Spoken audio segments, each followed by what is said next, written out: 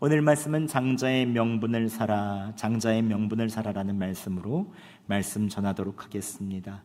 오늘 이 시간이 여러분의 일주일의 삶에 있는 땅에 얽매여 있는 것들이 풀리고 또 하늘의 것을 구하는 은혜의 시간 되기를 예수 그리스도의 이름으로 축원합니다.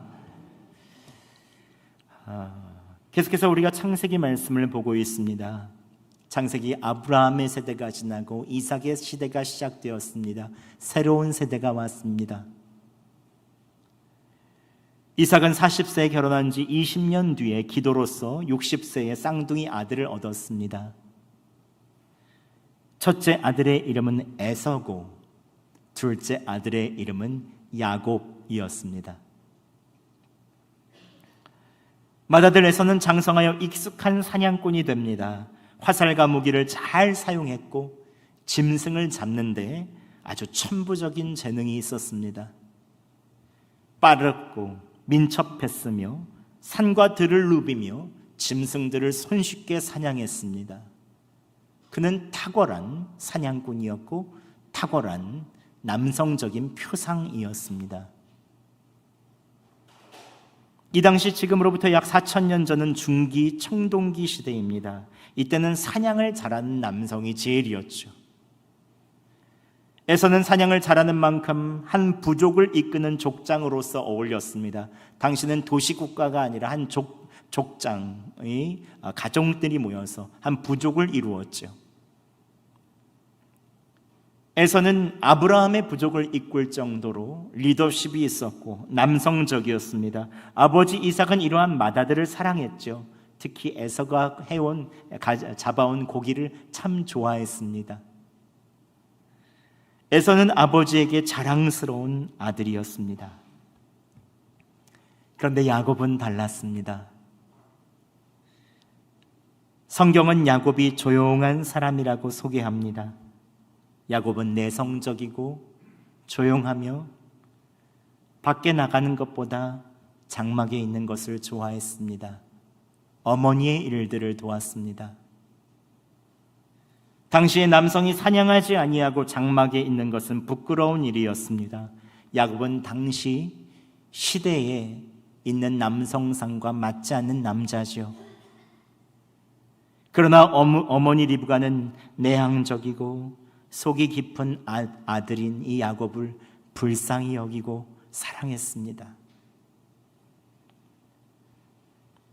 아버지 이삭과 형 에서는 장막에만 있는 야곱이 답답합니다. 무슨 생각을 하는지도 모르겠습니다. 에서는 야곱에게 생각하거나 염려할 시간에 먼저 행동을 하라고 다그쳤을 것입니다. 야곱은 외향적이고 사냥을 잘하고 인기가 많은 에서가 부럽기도 하지만 함부로 말하고 경솔히 행동하는 형이 부담스럽습니다. 말로 표현을 하지 않아서 그렇지 야곱은 많은 생각을 하고 있죠. 여러분에게 여쭤보고 싶습니다. 여러분은 에서 같은 사람입니까? 야곱 같은 사람입니까? 여러분의 배우자는 에서입니까? 야곱입니까? 이것은 누가 좋다 나쁘다가 아닙니다. 서로 다른 것이죠. 우리는 서로 다른 사람들이 함께 살고 있습니다.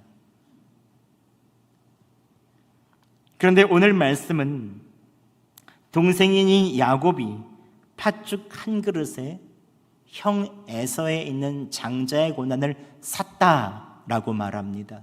이 이야기죠. 그런데 여러분, 장자의 고난이 사고 파는 것입니까?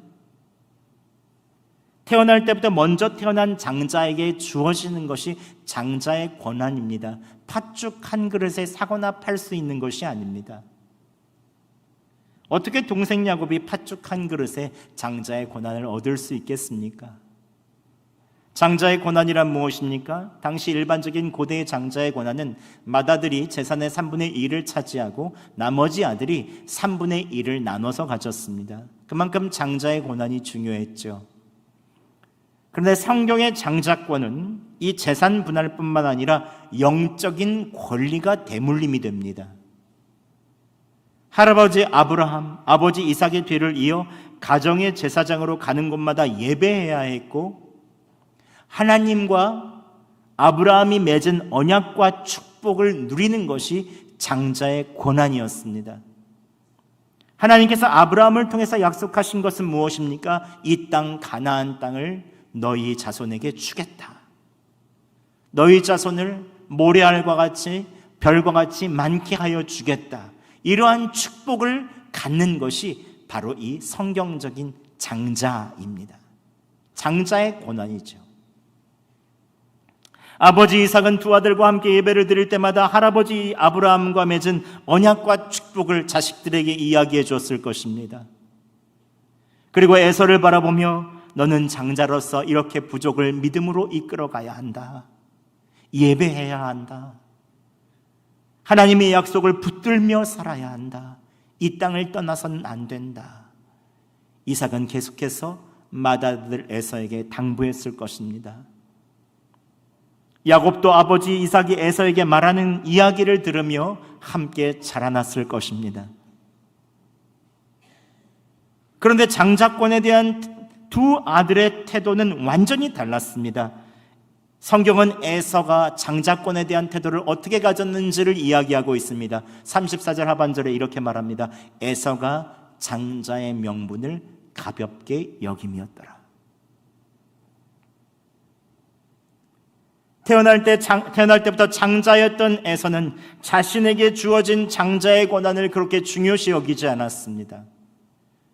그러나 야곱은 아버지가 말씀해 주신 이 장자의 명분, 하나님의 언약, 하나님의 축복을 너무나도 가지고 싶었습니다. 오늘 성경에서도 두 형제의 다른 태도가 나오는 사건이 나오죠. 어느 날 에서는 사냥을 하고 너무 피곤하여 기진맥진하고 배고픈 상태로 집에 들어갑니다. 배가 너무 고팠죠. 성경에서는 심히 피곤했다고 말하고 있습니다. 그때 마침 야곱이 장막에서 팥죽을 요리해 놓고 맛있는 냄새가 쏠쏠 풍겨나가고 있었습니다. 우리는 팥죽이라고 부르지만 그 당시 그 시대에 지방에서 먹는 것은 렌틸콩으로 붉은 콩 요리였습니다. 콩 요리를 해놓은 것이죠. 그런데 에서가 야곱에게 내가 피곤하고 배가 고프니 나 좀 이것 좀 먹자라고 요청합니다. 그때 야곱은 기다렸다는지 이렇게 말합니다. 함께 31절 말씀 저희가 봉독하겠습니다. 시작. 야곱이 이르되 형의 장자의 명분을 오늘 내게 팔라. 그때 배고픈 에서는 이렇게 말합니다. 내가 죽게 되었으니 이 장자의 명분이 내게 무엇이 유익하리요. 그리고 동생에게 맹세하고 이 장자의 명분을 동생에게 팝니다. 그리고 떡과 팥죽을 받아 먹죠. 서로 교환합니다. 여러분, 사람은 어려울 때 그 사람이 무엇을 중요하게 생각하는지가 무의식적으로 툭툭 튀어나옵니다. 만약 형 에서가 장자권이 정말로 중요하다고 생각했다면 동생이 장자권을 달라고 했을 때 아무리 배고파도 나 팥죽 먹지 않겠다. 인내하고 기다렸을 것입니다. 아니면 최소한 내가 잡아온 고기와 이거 바꾸자. 장자권은 안 된다. 라고 얘기했을 것입니다. 하지만 에서는 피곤과 배고픔을 해결하는 것이 장자의 권한보다 더 중요했습니다. 그래서 팥죽 한 그릇과 장자권을 바꾼 것입니다. 이와 반대로 야곱은 영적인 가치를 귀하게 여겼습니다. 아버지가 그토록 강조하고 말씀하시던 하나님의 언약을 잘 들었다가 무엇보다도 형이 가지고 있는 장자의 권한을 기필코 사야겠다고 계속 벼르고 별렀던 것 같습니다. 그리고 형이 가장 배고플 때를 기다렸고 팥죽 한 그릇과 늘 떡이라고 나오는데 그 다음에 빵이죠. 구운 빵을 그 권한과 바꾸는 것입니다. 오늘 이 말씀을 두고 어떤 분들은 야곱의 교활함과 용의주도함을 이야기합니다. 속임수를 말합니다. 아무리가 의도가 좋아도 방법이 좋아야 한다고 윤리적으로 해석하시는 분들도 계십니다. 하지만 오늘 이 말씀의 핵심은 무엇입니까? 누가 영적 가치를 중요시 여기느냐입니다. 야곱은 서약서를 쓴 것도 아닙니다. 하나님 앞에서 형에게 맹세하라고 말합니다. 에서는 그 말을 농담처럼 여겼을 수 있습니다. 하지만 야곱은 진지하게 임합니다. 여러분, 근데 정말 놀랍지 않습니까? 하나님께서 야곱에게 장자권을 이 맹세로 말미암아 주셨다는 것입니다. 여러분, 어떻게 장자의 권한이 사람이 팔고 산다고 하고 구매가 되는 것입니까? 팥죽 한 그릇으로 이게 구매가 되는 것입니까? 태어날 때 맏아들에게 주어진 권리죠. 그런데 하나님께서는 두 형제가 하는 대화를 기억하셨습니다. 하나님 앞에서 한 맹세를 하나님께서는 기억하셨습니다.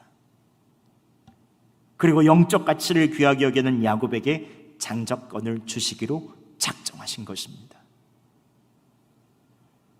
에서는 좋은 조건을 다 가지고 태어났습니다. 좋은 신체적인 조건, 민첩함, 사냥의 예술, 리더십, 남자다움이 있었습니다. 모든 것을 다 가지고 있었습니다. 세상에 보기에는 출중하고 은사가 많은 사람이었습니다. 그런데 야곱은 가진 것이 없었습니다. 그는 부족한 사람이었습니다. 힘도 없었고 리더십도 없었습니다. 내성적이고 부끄러운 사람이었습니다. 은사도 많지 않았습니다. 그가 가진 것은 어머니와 함께 죽을 만들고 빵을 굽는 정도의 그런 기술과 힘밖에 없었습니다. 당신이 세상이 요구하던 좋은 신체적인 조건, 민첩함, 남자다움, 리더십 이런 게 아무것도 없었습니다. 그는 하나님의 축복이 아니면 살 수가 없는 사람이었습니다. 그래서 야곱은 할아버지와 아버지에게 주신 언약의 축복을 내가 반드시 받아야 된다고 생각합니다. 그러나 그가 할 수 있는 최고의 노력은 무엇입니까? 팥죽을 쓰는 것밖에 없잖아요. 음식을 만드는 것밖에 없잖아요. 그것을 통해서 형에게 장자의 권한을 얻습니다. 이것은 다른 말로 어떻게 표현할 수 있겠습니까? 하나님께서 무능력한 이 야곱의 영적인 눈을 뜨여주신 것입니다. 야곱은 하나님이 기억하시도록 하나님 앞에서 맹세하도록 에서에게 시킵니다. 야곱은 영적인 가치를 중요시 여기는 사람이었습니다. 여러분, 믿음이란 무엇이라고 생각하십니까?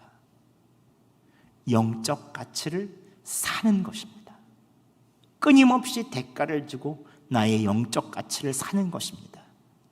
믿음이 없는 사람은 영적 가치를 가볍게 여깁니다. 육적 가치에 목숨을 걸죠. 돈이 제일이다.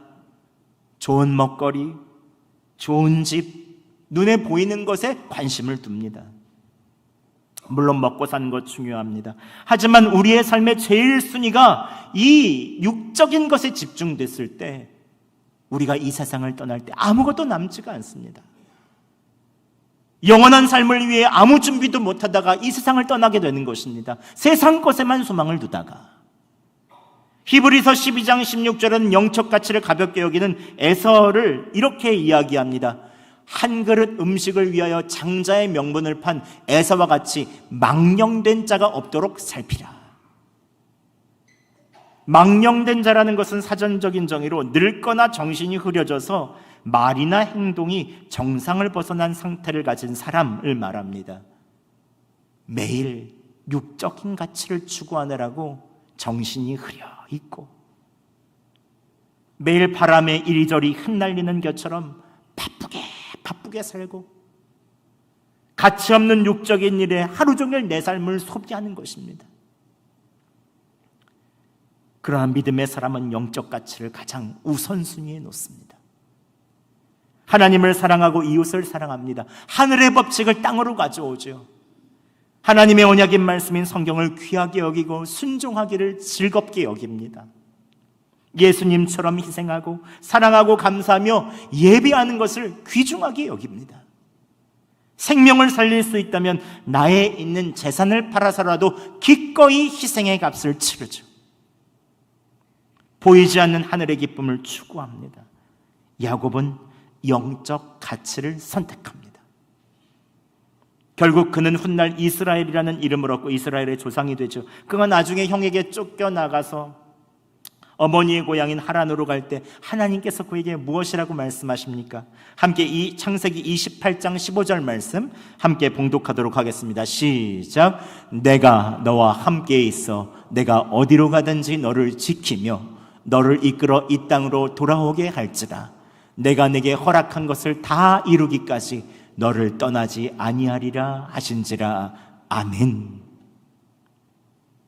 하나님께서는 어디로 가든지 함께 하시겠다, 허락한 것을 다 이루기까지 떠나지 않으시겠다고 약속하십니다. 야곱은 하나님의 영적인 축복을 누립니다.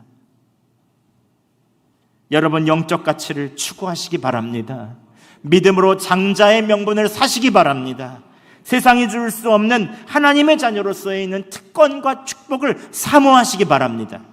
믿음이란 영적 가치를 사는 것입니다. 여러분, 우리는 오늘 예배 자리에 나왔습니다. 예배는 그냥 찬양하고 좋은 말씀을 듣기 위해서 나오는 자리가 아닙니다. 예배는 일주일 동안 우리가 세상 가운데 매여있던 땅에 묶여있는 것들을 풀어버리고 하늘의 것을 구하는 시간입니다. 땅의 것에 모두 집중됐던 나의 시선들을 내려놓고 하나님께서 나에게 무엇을 말씀하시는지 내가 순종하고 결단하기로 작정하고 세상 가운데 나가는 시간이죠. 그래서 이 시간은 하늘의 시간입니다. 예수님께서는 육적 가치만을 중요하게 여기는 사람을 이방인이라고 말씀하십니다. 마태복음 6장 31절에 염려하여 이르기를 무엇을 먹을까, 무엇을 마실까, 무엇을 입을까 하지 말라. 이는 다 이방인들이 구하는 것이다 라고 말합니다. 요즘 어린아이부터 어른애기까지 어떻게 돈을 벌까, 무엇을 먹을까, 무엇을 마실까, 무엇을 입을까, 매일마다 맛집, 무엇을 마실까, 카페, 무엇을 입을까, 명품, 여기에 모든 관심이 집중되어 있는 것을 봅니다. 하루 종일 그 생각을 합니다. 물론 먹고 마시는 것 중요합니다. 같은 값이면 좋은 것을 마시고 먹는 것이 중요하죠. 하지만 우리의 1순위가 여기에 집중되어서 되겠습니까? 우리의 소속은 하늘나라입니다. 우리는 하늘의 것을 구해야 마음이 평안한 사람들입니다.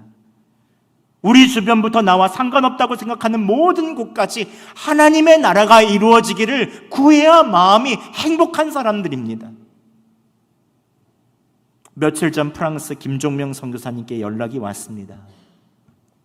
우크라이나에 방문했을 때 블라드라는 청년이 있었는데 이 청년의 가정에 성경책과 있는 모든 물품들을 전달한 거예요. 저희가 보낸 성경이 다 이제 우크라이나에 들어갔습니다.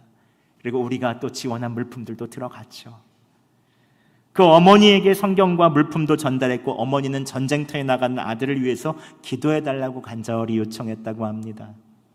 그런데 며칠 후 전쟁터에서 러시아 미사일 공격을 받아서 파편 수십 개가 몸에 박혔다는 거예요. 머리에도 파편이 박혔는데 이건 꺼낼 수가 없대요. 너무 힘들다고 합니다. 그래서 어머니가 울면서 아들이 통증이 너무 심하기에 기도해달라고 연락이 왔다고 합니다. 그래서 이 김종명 선교사님이 카톡으로 기도해달라고 본국으로 연락이 온 거예요.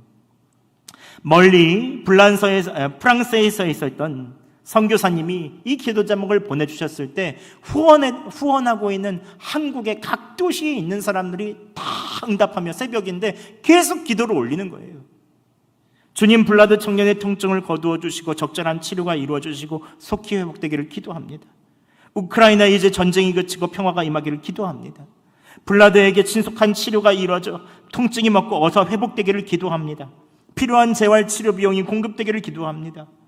여러분, 왜 멀리 떨어진 한국에 있는 성도들이 우크라이나의 평화와 이 한 형제를 위해서 중보하며 기도하는 것입니까?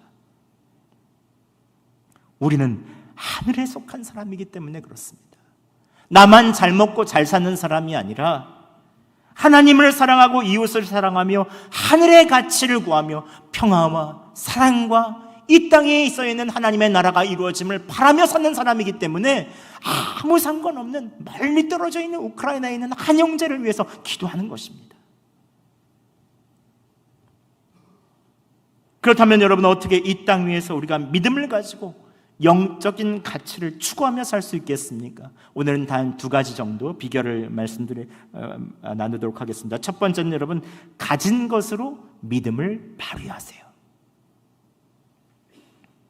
야곱은 가진 것이 별로 없었습니다. 많은 사람들이 야곱을 교활하다, 속인다, 경쟁적이다 라고 많이 얘기하는데, 제가 본문을 묵상하면 묵상할수록 야곱이 너무 불쌍하더라고요.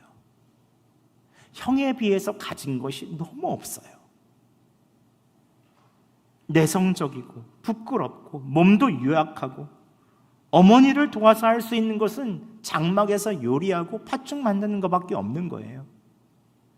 형이 가진 뛰어난 능력, 지혜, 리더십, 사냥기술, 아버지의 눈에 들만한 게 아무것도 없었습니다.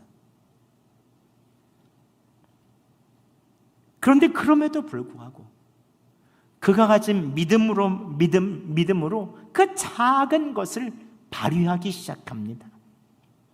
팥죽 하나로 형의 장자권을 살 수 있다고 믿습니다. 여러분, 이게 말이 됩니까? 하지만 하나님께서 야곱이 유일하게 할 수 있는 기술, 팥죽 요리하는 것으로 장자권을 얻는 것을 허락하여 주십니다. 오히려 영적인 것을 그토록 사모하는 그를 하나님께서 귀하게 여기시죠. 영적인 것을 가볍게 여기고 매일마다 자기를 뽐내는 에서보다 아무런 것도 자랑할 것 없지만 그래도 주님을 작은 것으로 믿고 나아가는 그 한 사람을 주님은 귀하게 여겨 주시는 것입니다. 여러분, 가진 것으로 믿음을 발휘하시기 바랍니다. 영적인 것을 추구하시기 바랍니다. 내가 배운 것이 적고 내가 가진 것이 적더라도 믿음으로 여러분이 가진 것들을 가지고 발휘해 보세요. 하나님께서 사용하여 주실 것입니다. 유명한 한 목사님께서 말씀해 주신 이야기입니다. 어느 주일 예배 후 교인들과 인사를 하는데 심장병으로 고생을 하시는 한 할머니 한 분께서 자녀들에게 가시게 되었다고 선물을 가지고 와서 인사를 하시더래요. 목사님, 고맙습니다. 10년 동안 안수기도를 해주셔서 내 심장병이 나았습니다 라고 하시더래요.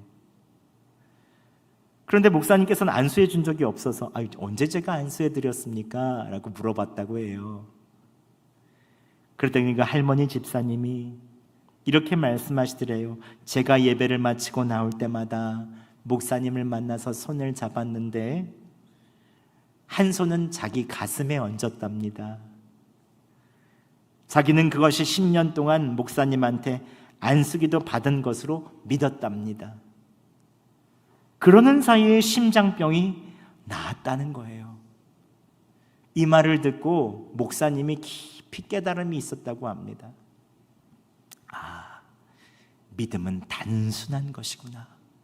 작은 믿음을 가지고도 하나님께서 역사하시는구나 라는 것을 깨달았다고 합니다. 여러분, 가진 것이 없다고 탓하지 마세요. 하나님께서는 지금 여러분이 가지는 그 모습 그대로를 사용하기를 원하십니다. 그걸 은사와 그 능력으로 하나님은 위대한 일을 일으키시는 분이십니다. 믿음만 가지면 작은 능력이라도 사용하시는 분이 우리 하나님이시죠. 하나님께서는 출애굽을 구약에서 가장 위대한 인물이라고 하는 모세를 왕궁의 궁중의 왕자로 쓰실 때 사용하지 않으셨습니다. 도망자로 광야에 쫓겨나왔을 때 80세에 그를 불러서 사용하십니다. 그리고 그때 그에게 주신 것은 무엇입니까? 아무것도 가진 것 없는 그에게 양 모는 막대기를 주십니다. 양을 치고 양을 모는 데 사용하는 작은 지팡이, 그냥 이거 하나죠. 영화에서 보는 것처럼 막 무늬가 있는 것도 아니고 큰 것도 아닙니다. 딱 요만하고 아주 그냥 나무 작대기입니다.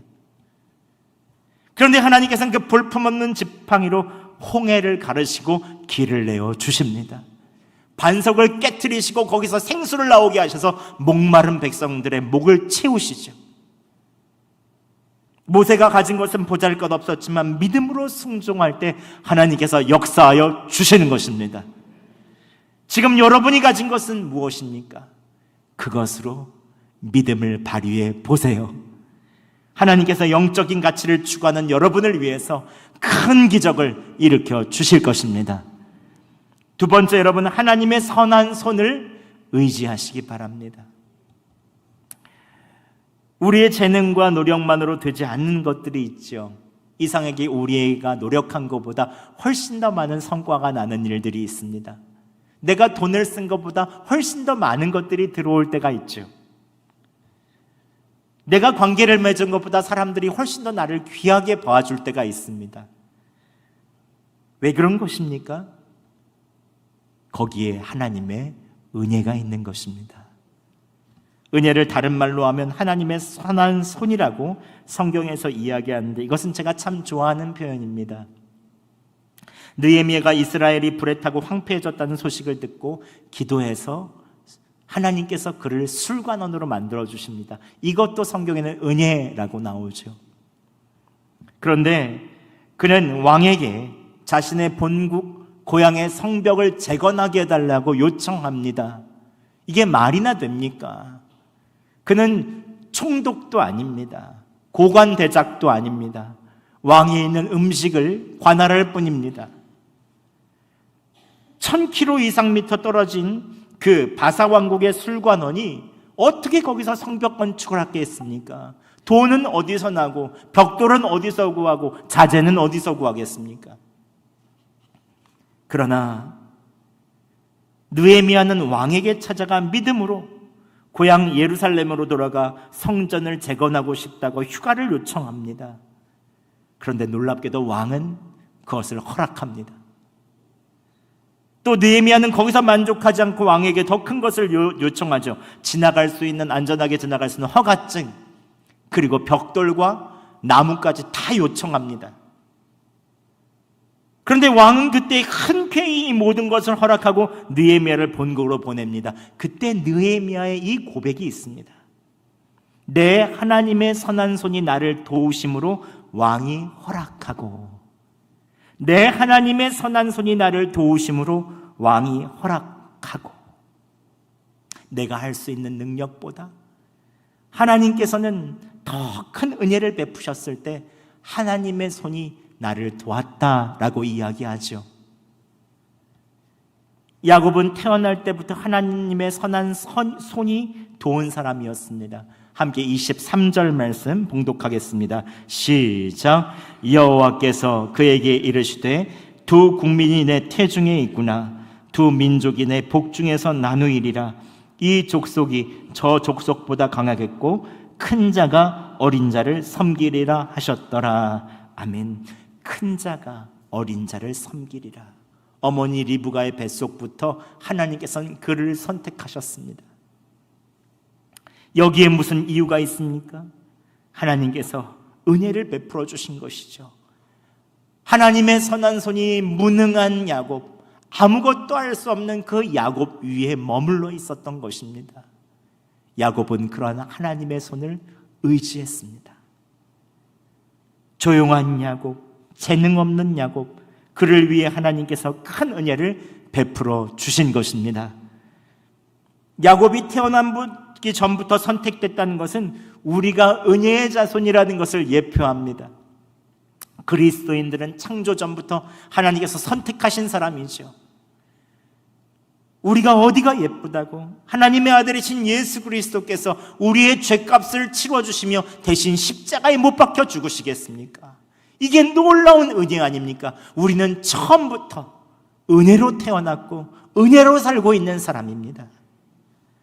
성경에서 하나님께서 사용하신 사람들은 재능이 뛰어난 사람이 아닙니다. 하나님께서 은혜를 베풀어 주신 사람들입니다. 하나님의 손이 도와주시고 항상 머물러 있었습니다. 저는 하나님의 선한 손이 여러분의 인생을 붙들어 주시기를 바랍니다. 여러분의 가정을 붙들어 주시기 바랍니다.